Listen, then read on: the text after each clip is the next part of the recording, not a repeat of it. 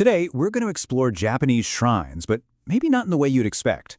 We're not really talking about them as religious sites, but as these incredibly powerful places for, well, for well-being. We're going to dive into how these ancient sanctuaries are designed to help you connect, not just with nature, but with yourself. You know that feeling, right? It's something so many people, especially visitors from other countries, feel. You step inside, and there's this sudden quiet, this stillness that just washes over you.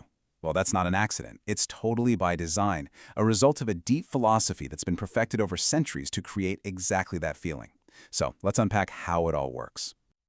So yeah, we're going to look past the beautiful buildings and the history for a minute to really get the true purpose of a shrine, to be a sanctuary.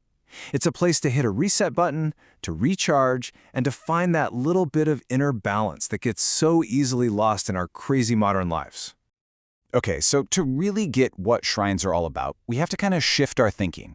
It's super easy to go to one as a tourist, camera out and ready to go, but their real value, that only shows up when you approach them as a participant in a very, very old tradition of healing. And this right here really gets to the heart of it. On the surface, sure, a shrine is a historic site. It's an amazing photo op. But its real job is so much deeper. It's designed to be a place of silence, a gateway to nature, and yeah, that powerful reset button for your soul. Everything, and I mean everything, starts right here at the Torii Gate. Don't just think of it as an entrance. Think of it as a portal. The idea is that as you walk through it, you are consciously leaving behind all the noise, the deadlines, the stress of the everyday world.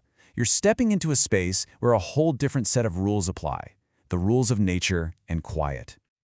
And that brings us to what is maybe the most important idea of all. To understand a shrine, you have to get that the buildings, they're actually secondary. The real sacred space, the true thing being honored, is the nature that surrounds it. This all comes from the ancient foundation of Shinto, which is called animism. And the belief isn't that a god lives in the mountain. No, it's that the mountain is the divine spirit, the kami. Nature isn't this thing to be conquered or controlled. It's a sacred partner you live in harmony with. And that just fundamentally changes how you see the world around you. In fact, the very first shrines, they had no buildings at all.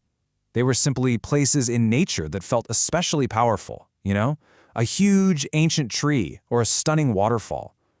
The buildings we see today were built way, way later. Not to house a god, but to be a place where humans could show their respect and honor for the divine nature that was already there. The forest is the real main hall. The building is just a place to say thanks. So this deep connection to nature's purifying power, it actually builds into something even bigger, a really ancient holistic wellness system, one that sees the mind and body as totally inseparable. And this is just a brilliant way to see the two halves of that system. Shrines were for healing the soul, the kokoro, and onsen, Japan's amazing natural hot springs, were for healing the body, the karada. One cleanses your spirit of all that stress and worry, and the other purifies your body of its aches. They are literally two sides of the same coin, purification. And this whole philosophy really comes together in the practice of toji. Now, this isn't just a quick dip in a hot spring, it's a long-term therapeutic stay, a retreat that could last for days or even weeks. It was, and honestly it still is, the original Japanese wellness retreat, designed to completely restore your physical and mental health. And this connection isn't just the theory, by the way. For centuries, you can see famous shrines that are geographically and spiritually paired up with healing hot springs.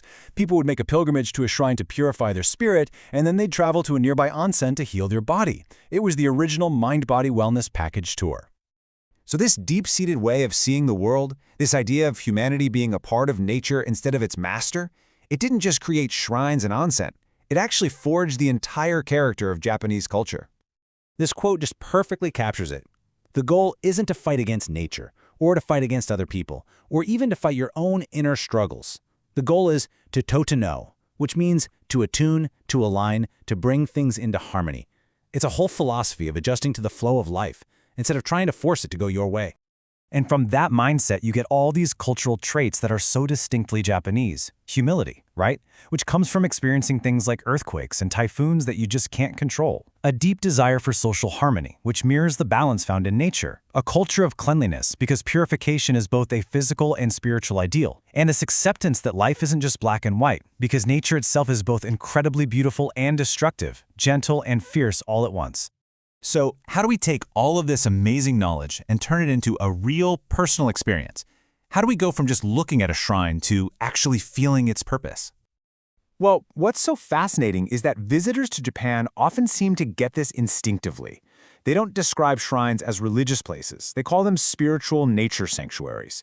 And they're often really surprised by the lack of pressure. There's no one telling you what to believe, no one asking for money. There's just this profound sense of kindness and freedom to simply be. So, the next time you visit a shrine, try this simple little ritual. As you pass through the torii gate, make a conscious choice to leave your worries on the other side. When you get to the water basin, remember you're not washing away sin, you're cleansing yourself of daily stress and tiredness. And at the main hall, instead of asking for something, just offer a simple thank you. And then, as you leave, make a little promise to yourself to carry that feeling of calm back with you into your world. See, this approach completely transforms a shrine from just a tourist spot into your own personal sanctuary. It's a powerful tool for wellness that is open to absolutely everyone, no matter what you believe. The only question left is, are you ready to experience it for yourself?